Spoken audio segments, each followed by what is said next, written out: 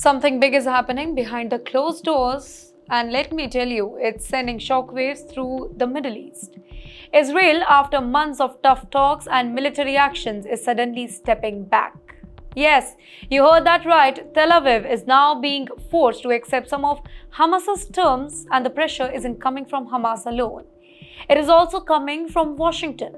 According to top sources, the United States has turned up the heat on Prime Minister Benjamin Netanyahu, urging him to make concessions to finally get a ceasefire deal in Gaza. Well, the Trump administration has had enough of the endless bombing, the rising death toll, and the global backlash. With the US elections nearing and criticism mounting at homes and abroad too, it is the Washington who wants the war to end, and that too really fast. And you know what? It seems that they have put their foot down. So, what's exactly changing? Let's talk about that. Israel has reportedly dropped some of its key demands, including the immediate disarmament of Hamas and temporary exile of its leaders. Now, these were earlier non-negotiable for Netanyahu, but now they are off the table. Now, let's talk about why. Because the US and other mediators like Egypt and Qatar has made it very clear that there will be no deal until and unless both sides meet in the middle. And here's where it gets even more interesting. Negotiations are no longer just about a simple truce.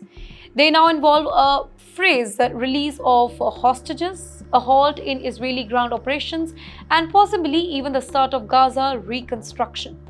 Hamas is pushing for guarantees that Israel won't restart the war after a short pause, and the United States are reportedly backing that timeline. Behind the scenes, Donald Trump is also watching closely. In fact, sources suggest that Trump, the United States president, might take a completely different approach to Israel and Hamas.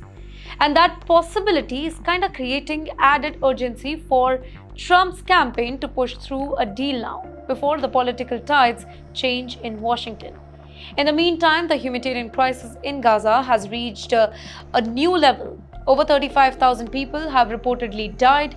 Thousands of them are children, and the United Nations says over 1 million are on the brink of starvation. Well, the entire world is demanding answers right now, and Israel's refusal to compromise was turning allies into critics.